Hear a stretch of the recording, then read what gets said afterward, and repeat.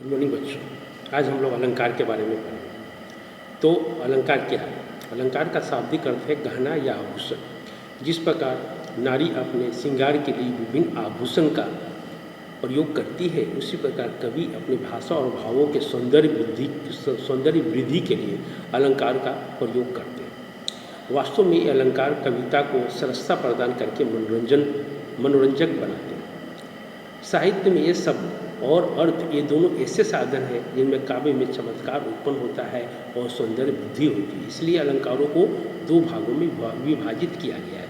तो बच्चों, अलंकार क्या है? अलंकार का शाब्दिक अर्थ है गहना या आभूषण। जिस प्रकार जो है आभूषण या गहना जो है औरतों का श्रृंगार होता है, उसके सौंदर्य को बढ़ाता है, उसी प्रकार ये जो अलंकार जो होते हैं वो काव्य के सौंदर्य को बढ़ाते हैं, उसको काफ़ी सरस बनाते हैं और काफ़ी रसीला बनाते हैं, जिसे लोग पढ़कर मंत्र मुग्ध हो जाते हैं। तो अलंकार को हम दो भागों में विभाजित कर सकते हैं। पहला है शब्दालंकार, दूसरा है अर्थालंकार। तो शब्द के अनुसार जब शब्द जो है अलंकार का काम करता है, जब शब्द जो है काव्य की सुंदरता को बढ़ाता है तो उसे ही शब्दालंकार करते हैं। अर्थालंकार जब अर्थ के आधार पर काव्य की सुंदरता बढ़ती है तो अर्थालंकार कहलाता है। तो शब्दालंकार के बारे में पढ़ेंगे। जब काव्य में शब्दों के माध्यम से चमत्कार उत्पन्न होता है, उसे शब्दालंकार कहते हैं। यानी कि काव्य में जब शब्द के कारण जो है उसमें सुंदरता बढ़ती है, वो काफ़ी सरस बनता है, काफ़ी अच्छा बनता है, उसे हम शब्द अलंकार करते हैं। तो शब्द अलंकार तीन प्रकार के होते हैं।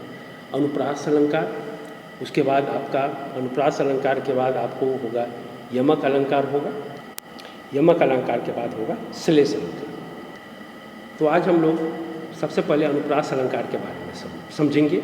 तो जहाँ काव्य में व्यंजन वर्णों की आवृत्ति एक से अधिक बार होती है, वहाँ अनुप्रास अलंकार होता है। मतलब कि एक ही व्यंजन वर्ण की जब आवृत्ति बार बार होगा तो उसे ही हम क्या कहेंगे? अनुप्रास अलंकार कहते हैं। जैसे कालिंदी कूल कदम की डार, तो यहाँ पर कालिंदी में क, कूल में क, कदम में क, यहाँ क वर्ण की बार बार आवृत्ति हो रही है, इसलिए यहाँ पर अनुप्रास अलंकार है। और भी हम कुछ उदाहरण पर ध्यान देंगे बच्चों। मधुर मधुर मेरे दीपक जल प्रियतम का पथ आलोकित कर, तो यहाँ म मधुर का म, यहाँ मेरे का म, तो यहाँ पर म वर्ण की आवृत्ति हो रही है बार बार, इसलिए ये अनुप्रास अलंकार है। उसी तरह से जय जन भारत जन मन अभिमत जन गणतंत्र विधाता, तो यहाँ ज वर्ण की आवृत्ति होती है, यहाँ भी ज, यहाँ भी ज, यहाँ भी ज, यहाँ भी ज, तो बार बार ज वर्ण की आवृत्ति होने के कारण यहाँ पर क्या है? अनुप्रास अलंकार है। अगले उदाहरण पर ध्यान देंगे।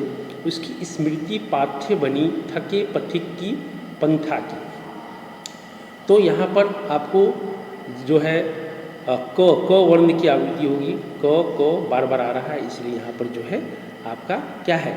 अनुप्रास अलंकार है। तो बच्चों, ध्यान देने वाली वाक्य है कि व्यंजन वर्णों की आवृत्ति शब्द के आरंभ के साथ मध्य या अंत में भी हो सकता है। मैंने कोई जोड़ी नहीं है कि वो शब्द के सबसे शुरू में ही किसी वर्ण जो होगा उसी की बार बार आवृत्ति होगी। वो जो है वर्ण जो है वो शब्द के बीच में भी हो सकता है और अंत में भी हो सकता है। जैसे यहाँ पर क, यहाँ पर क है ना, तो ये क वर्ण की बार बार आवृत्ति हो रही है। अब कुछ उदाहरण देखेंगे। जैसे काली लहर कल्पना काली मेरे काल कोठरी काली, तो यहाँ क वर्ण है जो शुरू में है, शब्द के शुरू में है, इसी की आवृत्ति हो रही है। विमल वाणी ने वीणा ली कमल कोमल कर में सप्रित, यहाँ भी क वर्ण क शुरू में आ रहा है। उसी तरह से सुरभित सुंदर सुखद सुमन तुझ पर खिलते हैं, यहाँ पर स वर्ण जो है शुरू में आ रहा है।